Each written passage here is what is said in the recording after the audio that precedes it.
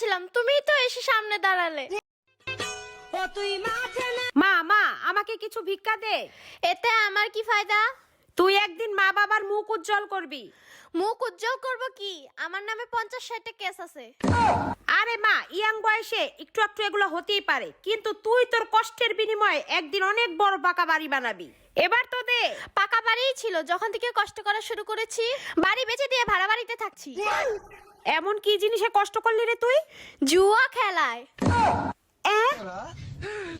মা, তোর বাবা মা অনেক খুশিতে থাকবে, এবার তো নিয়ে আয়। আরে আমার মা বাবা তো খুশিতেই ছিল। যখন থেকে মা বাবার বিয়ে হলো তখন থেকে ঝগড়া শুরু হলো। আজকে তো মা বাবার মাথা ফাটিয়ে হসপিটালে ভর্তি করে দিয়েছি। তোর একটা ছোট বোন আছে তো? হ্যাঁ মা, আপনি কি করে জানলেন? আমার সব মাথাতে থাকে। তোর ছোট বোন একদিন তোর জন্য অনেক বড় কাজ করবে, এবার তো নিয়ে আয়। বড় কাজ তো করেই ফেলেছে। কি কাজ? 2 বাচ্চার বাবাকে নিয়ে পালিয়েছে। তোর বর তোর সাথে সারা জীবন থাকবে, এবার তো নিয়ে আয়। আরে আমার বরকে নিয়েই তো পালিয়েছে। আরে হতভাগা, তুই মরিস না কেরে? মরতেই তো যাচ্ছিলাম, তুমিই তো এসে সামনে দাঁড়ালে।